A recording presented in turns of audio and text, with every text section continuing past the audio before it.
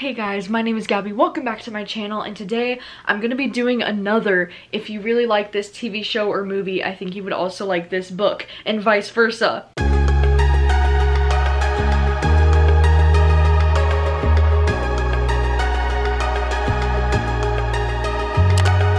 And I have done this video quite a few times on my channel, so I will link down below all the previous times that I've done this video. And to be honest, I can't believe I already have enough books to make a whole nother video of this, because I feel like I just made one of these. But before we do jump into the video, I just wanted to say a huge thank you to Skillshare for sponsoring this video. Skillshare is an online learning community with thousands of inspiring classes for creative and curious people. They have classes for everyone that can inspire you to learn something new.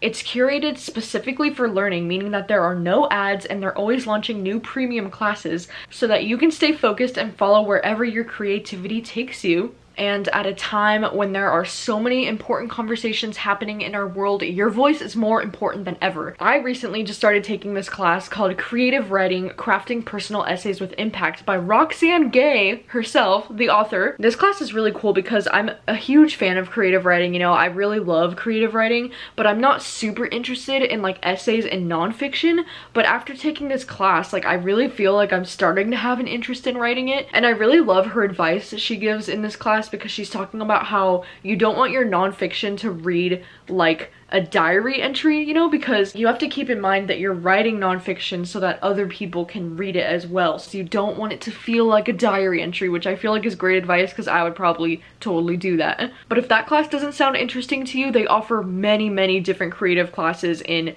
topics like animation, drawing, photography, cinematography, marketing, web development. Like there are so many different things to explore on Skillshare.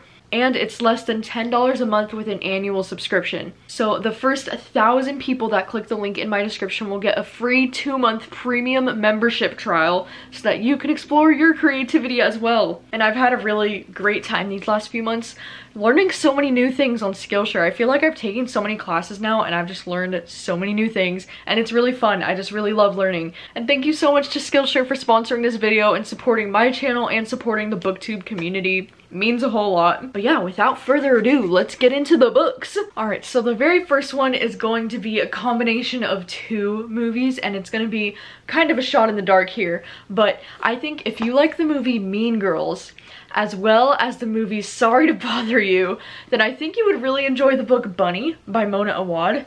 And if you haven't read this book, you're probably like, how the heck do those movies even relate to this book? This book is almost like a horror version of Mean Girls, because the characters in this book all feel like very Mean Girls. If you didn't know, this book, it follows these girls who kind of have this cult-like thing going on with each other, and they are all on a college campus. And so this kind of feels like Mean Girls to me, but a little bit older and more like a cult. I know a lot of people describe this book as Mean Girls, but if it was written by Stephen King on acid. Because in the movie Sorry to Bother You, there's this like crazy plot twist towards the end that's like kind of like sci-fi and horror, and I feel like if you know what that plot twist is, something very similar is happening in the book Bunny, and then vice versa if you haven't seen the movie. And that plot twist is absolutely terrifying, and the things happening in this book and in that movie are absolutely terrifying, but they have it kind of in common. If you enjoyed the toxic female friendships kind of thing in Mean Girls, then I think you would enjoy this. And if you enjoyed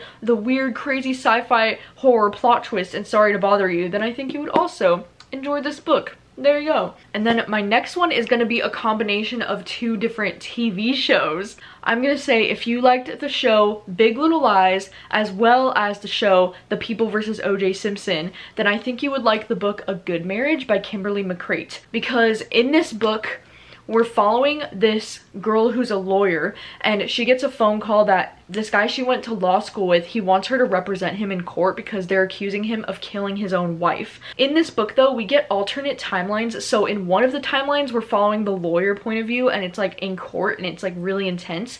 But then in the alternate point of views, we're following the girl, the wife, who was killed but 6 days before. These comparisons might sound kind of odd, but I think if you like the chapters with the wife, like Amanda's point of view 6 days before she died, I think you would like Big Little Lies, because it feels very Big Little Lies to me. Like her relationship with all the other moms in their little suburban town with all their kids and stuff, like it just felt very Big Little Lies to me. But then the alternate chapters with the lawyer in this book, it felt so People versus O.J. Simpson to me. And it's very much like there's a lot of evidence stacked against him and he seems very guilty, just like O.J., and it just reminds me so much of that court scene. And I really loved both of these shows so much. Like they're two of my favorite shows of all time, so I was really enjoying this book when I read it. The next one is gonna be, if you like the movie Get Out, then I think you would also like the book I'm Thinking of Ending Things. And this similarity was actually brought to my attention by one of my Instagram followers. Somebody DM'd me like a long time ago and they were like, don't you think Get Out is so similar to I'm Thinking of Ending Things? And I was like, you know what? Yeah, because the fact that they're both about going home to the family of your boyfriend or girlfriend and then things are just kind of like weird and seem kind of strange. Obviously Get Out is a little bit something different going on in that movie, but I feel like the idea of going home to your boyfriend's parents' house that you don't know and they're just kind of weird and strange and something feels off, like it definitely has that same thing going on in this book. And also I think I'm Thinking of Ending Things is so cool because we only know the boyfriend's name, Jake, in this book, but we follow from the girlfriend's point of view in this book, but we never get her name. The whole vibe of this book is so creepy. And I just feel like they're kind of similar. Alright, the next one is gonna involve a reality TV show. So if you like the show The Bachelorette, then I think you would also like the book One to Watch, because I feel like this book is essentially just reimagining The Bachelorette, but with a plus-size woman as The Bachelorette. Because in this book, we're following this girl who gets asked to be the next lead woman on this show called The Main Squeeze, which is basically The Bachelorette. It's like the same shit. Like she's gonna be the main girl and all of these guys are gonna be coming in to like try to win her over, you know? They go on group dates and there's one-on-ones and there's the fantasy suites. It's like basically The Bachelorette. But this book was so much fun to read because I don't know why, like The Bachelor and The Bachelorette has recently become a guilty pleasure of mine. I used to I grew up watching The Bachelor and The Bachelorette and I loved it, but then after the Juan Pablo season I like stopped watching it because I was like freaking trash. But recently I've gotten really into it again and I just feel like this book was so much fun. It was like having another season of The Bachelorette because, you know, we were supposed to get another season of The Bachelorette and then COVID happened, so this kind of feels like it made up for that because it was just chef's kiss. And I do want to see a freaking plus size woman as The Bachelorette. Like, come on now. Alright, my next one is gonna be, if you like the TV show The Haunting of Hill House, then I think you would also like the book Home Before Dark by Riley Sager. I think this is the most Haunting of Hill House vibes book that I've ever read in my whole freaking life. Because in the show The Haunting of Hill House, you know, one of the brothers writes a book called The Haunting of Hill House, and then the whole show is kind of about how the brothers trying to remember the last night that they spent in the house and how the book is kind of about their whole childhood in the house. And then in this book we're following this girl, Maggie, who grew up in this house that was maybe haunted, and her dad wrote this book called The House of Horrors, and it became like a best-selling novel, just like the brother in The Haunting of Hill House. And so in this book though, we're following Maggie when she's an adult and she's going back to the house because her father recently passed away, and while she's there, she's trying to figure out, like, is this house actually haunted, or like, was my dad crazy? And this book was a whole lot of fun. It seriously had so many similar vibes to The Haunting of Hill House that I could not even believe it. So I genuinely think, like, if you really enjoyed The Haunting of Hill House, like, you need to read this book. Or if you read this book and really enjoyed it, you need to watch The Haunting of Hill House. Like, they're just so similar, but so well done and still so different. Like, at the end of the day, they're very different. But, like, some of the best horror that I've ever watched and ever read, and just wow. Alright, the next one is going to be, if you liked the show Defending Jacob that recently just came out on Apple TV,